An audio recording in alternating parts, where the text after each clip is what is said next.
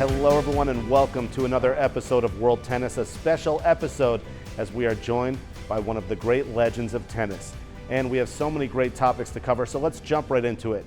The state of Florida, your home state. What makes it so special and why do you look so fondly on Florida and Florida tennis? Florida tennis is where I got my start. There's just opportunities to play when you're a kid in Florida all over the place, and there's always so many players. The weather is good year-round to play tennis. The competition is fierce. It makes you better from the jump. I love my time playing junior tennis in Florida, and it's a big part of the American tennis story. Listen, when I grew up in Florida, tennis was a burgeoning sport. A lot of people, like my parents, liked playing, but we didn't know that there were tournaments out there. But we heard around the way, like, you buy this yearbook, the Florida Tennis Association yearbook, and it would have a list of tournaments on there with phone numbers and addresses, and you would call up, send in your check, and that's how you would get into junior tournaments. There was no internet for that stuff, but they had systems in place. They're on the front end of it. You progress through the Florida junior system to regional tournaments within Florida, then eventually state tournaments, and then if you were one of the best players in Florida, you were most likely one of the best players in the U.S. and you were going off to nationals. So Florida was the first place in the world that had tennis academies. So Harry Hopman and Nick Bollettieri set up rival academies in the early 80s, one in Bradenton, Florida, one in Largo, Florida, so about an hour apart from each other. And that's where sort of the concept of let's get a bunch of people together and see if they all kind of can make each other better was really formed. And now tennis academies are everywhere, not only in Florida, but all over the world.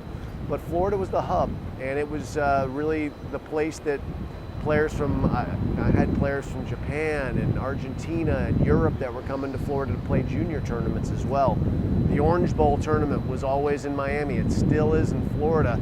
That was the one that was the biggest junior tournament in the world, bigger than the Wimbledon Juniors, bigger than the US Open Juniors. That was the one you wanted to win. And if you look at the list of players who've won the Orange Bowl from the 12s all the way up to the 18s, you're going to know most of those names. And there's so much history in Florida tennis. So what big-time historical moments stand out in your mind? Are there any inspirational moments that also inspire you?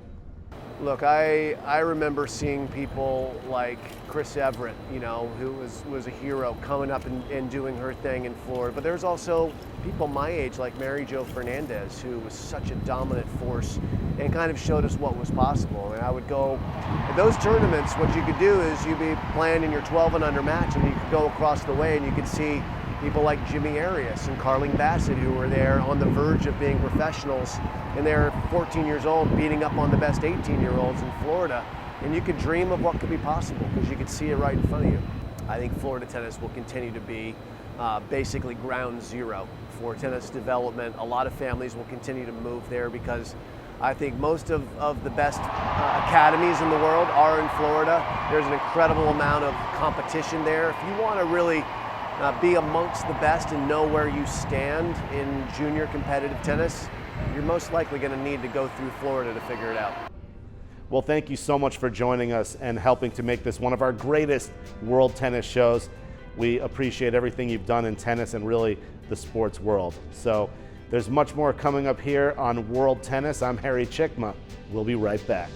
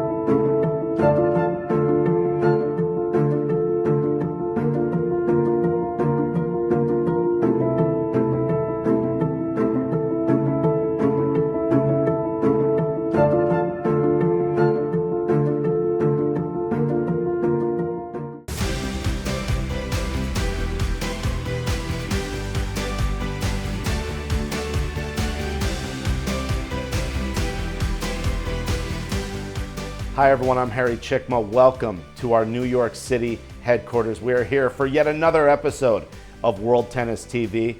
And it's now that moment in the broadcast where we talk about some of the hottest topics in the sport of tennis. And we're going to dedicate this week's segment to Alexander Zverev, a true veteran on the ATP Tour. I think what makes Zverev so special is the fact that he's come back from many heartbreaks on and also off the court. He's had a lot of drama off the court. It's well documented. However, on the court, he continues to give his heart and soul. He lost in the finals of the US Open to Dominic Thiem in 5 sets during the pandemic. He proceeded to lose in 5 sets to Carlos Alcaraz at the French Open, and then dropped a heartbreaker to Jannik Sinner in the Australian Open. And Zverev was clearly disappointed. He was shedding tears after those matches on international TV. But what's so impressive is he shows up each and every week and dedicates himself to this sport and battles in some of the toughest matches each year on the ATP Tour. Alexander's also developed his serve to be a great weapon. He not only has the pace, but he's also using the kick. He's such a tall player, using the out-wide slice. So he is working on his game, and he is grinding from the baseline as well. So Alexander does have one big-time championship. He has won that Olympic gold medal, which was major for him. But now the question is, can he finally win that elusive Grand Slam singles tournament, which he wants so much? And he's once said that he doesn't want to be one of the best players of all time to never win a singles major title. So give it up to Alexander Zverev, a true warrior on the courts and a journeyman in many respects on the ATP Tour. Despite the fact he's one of the best, he just continues to grind each and every week. I'm Harry Cicma. That's your hot take on world tennis.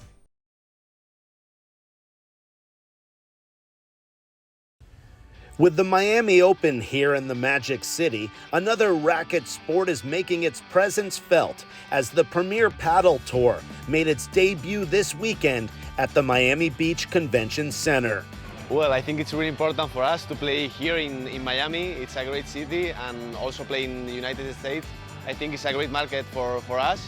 Premier Paddle was founded in Qatar in 2022, and this marks the first time they have ever hosted a professional event in the United States. With over 25 events internationally and over 500 professional players, they chose the city of Miami due to its booming paddle culture.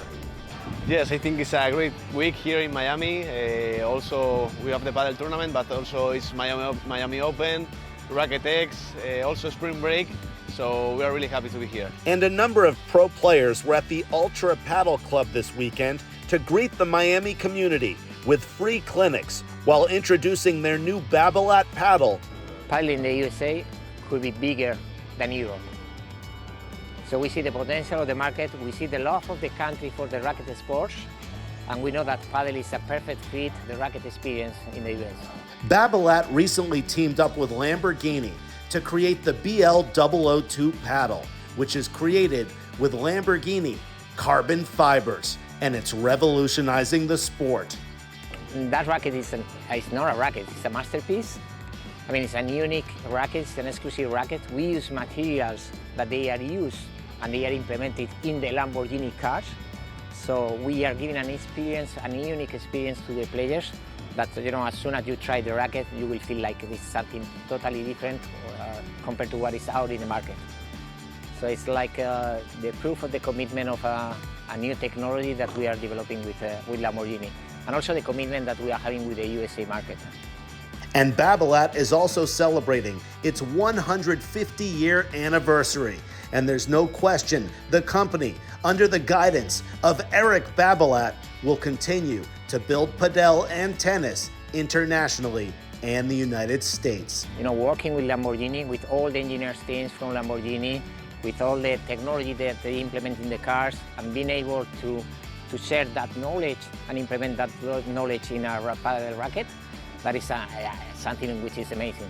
And the local Miami residents appreciated the opportunity to learn from the pro players on the paddle courts while welcoming a new pro event to town.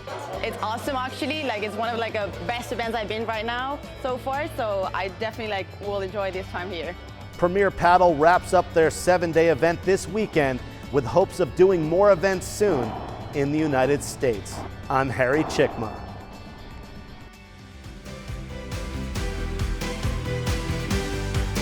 Hi everyone, I'm Harry Cicma. Welcome to another great episode of World Tennis TV, and we have an amazing show in store. The legend, the Hall of Famer from Spain, Arantxa Sanchez Vicario, joining us as she was in Miami teaming up with the Tennis Hall of Fame, which is in Newport, Rhode Island, to help their Be Legendary campaign.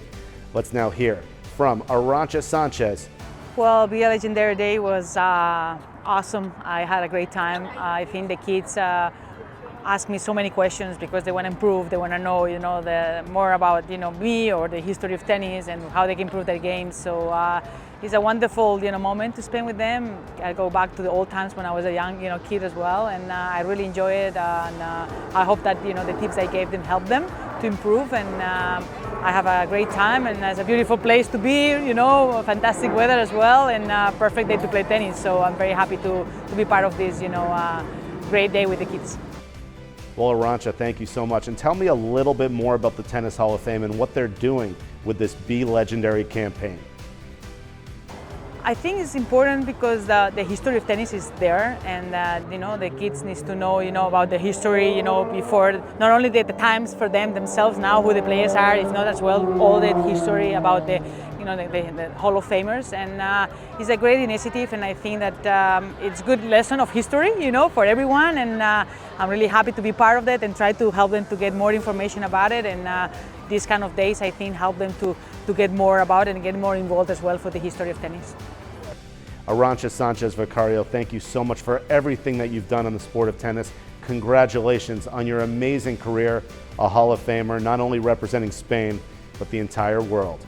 And there's much more coming up in this week's edition of World Tennis. I'm Harry Cicma. We'll be right back.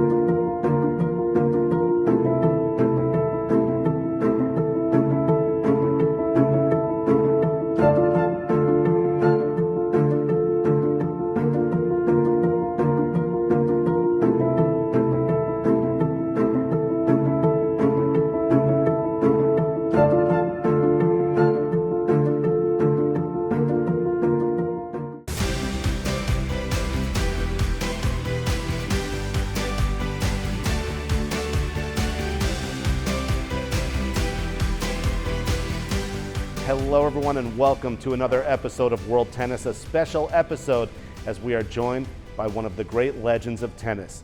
And we have so many great topics to cover, so let's jump right into it. The state of Florida, your home state. What makes it so special, and why do you look so fondly on Florida and Florida tennis? Well, Florida tennis, what it means to me is we go way back. You know, I moved here in 1980, became the director of tennis at Greenleaf Golf and Tennis Resort. I've ran more tournaments. People don't understand this. I've run more tournaments probably than anybody in the state of Florida. Now Jason, my partner, runs more tournaments at the Battle of Boca every weekend. But no, USTA Florida, just a great friend, great partner, amazing relationship all through the years. I've been best friends with Jim Martz, who helped me with my book, Macy Magic. But USTA Florida, Florida is what it's all about, especially with all the events and the tournaments. But at the end of the day, when it's all said and done, it's all about relationships. And my relationship with USTA Florida has been the best of the best.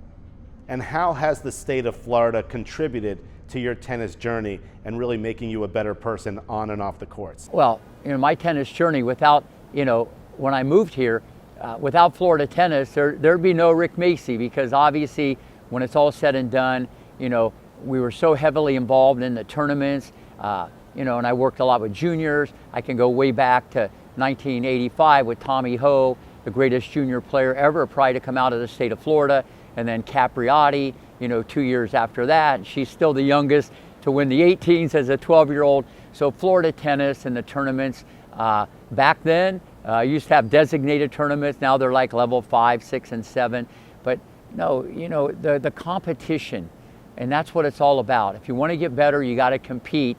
And the best competition, obviously, is in the state of Florida, brought by the Florida Tennis Association and USTA. Tennis in Florida in general, especially really from, West Palm to Miami, and I know we can go into Tampa and Bradenton, but really West Palm to Miami, it's a melting pot. There's so many coaches, there's so many academies, everybody comes here. It's a hotbed for tennis. There's many national tournaments. You got the Orange Bowl, then in Bradenton now you got Eddie Herr. There's just so many things going on, plus the weather, and that's the wild card. When you can play all year round, but more importantly, drive 20 miles and play someone from another country, and it's all about the competition. It's all about the competition. That's why Florida is unique in every way. Plus, a lot of people, even on the Pro Tour, they have something as a second home in the state of Florida. And there's so much history in Florida tennis. So what big-time historical moments stand out in your mind? Are there any inspirational moments that also inspire you?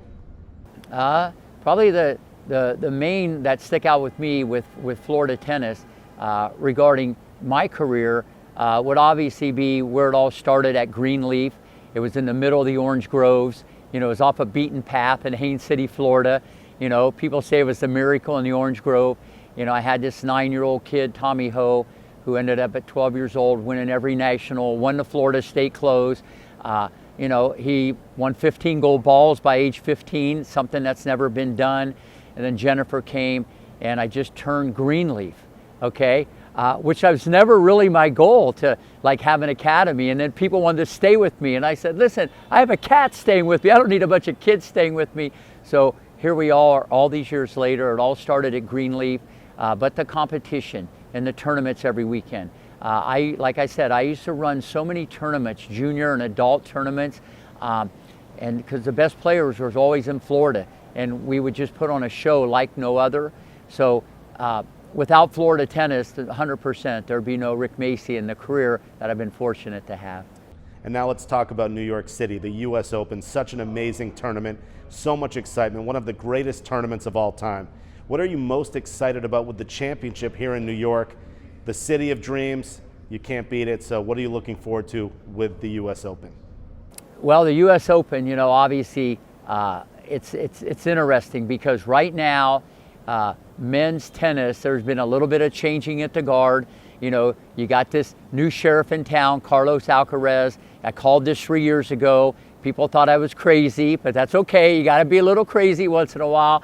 I've never seen anything like this. He's a generational talent.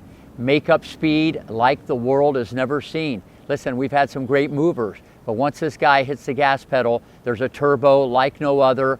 But what I love more than anything, I feel he's a combination of Nadal, Djokovic, Federer, and Agassi. He's all wrapped in one. Biomechanically, he's correct in all the areas. There's no real flaw. I would tweak his serve. That's a whole nother video. I think there's something that could be done there that could make that a little bit better. But when you have speed like that, you get to the ball quicker. When you get to the ball quicker, you have options. When you can counter quality off of quality, okay, Carlos is like no other. But as we all know, the wild card, okay, is the mental part. Tennis is a game from ear to ear. It's a game of inches. This guy's like a Broadway performer. He can lose 20 points and smile at you. That's brutal. That's what you call handling pressure. And that's why I went out on a limb. His love for the sport and his gratitude and his humility, to me, kind of a lost start, you know, but he's learned how to flip pressure or handle pressure. Listen, everybody gets nervous, everybody gets excited, everybody chokes, but greatness doesn't do it as much. And I think the two best qualities of Carlos Alcaraz are his mother and father. Okay, and I need everybody to think about that. And thank you so much for joining us. It's such an honor to have you here on the show. And really, this is one of our great World Tennis episodes, being joined by a champion. So thank you. And there's much more coming up here on World Tennis. I'm Harry Cicma. We'll be right back after these brief messages.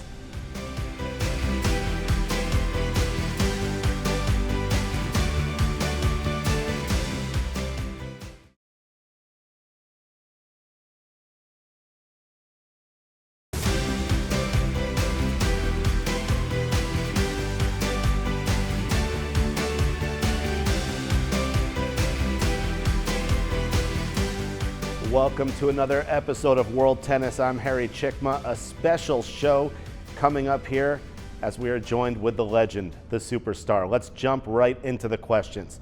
Let's talk about Florida tennis. What makes it so special, and why is it one of the greatest places in the world for tennis? This is where I started playing. This is where I finished playing.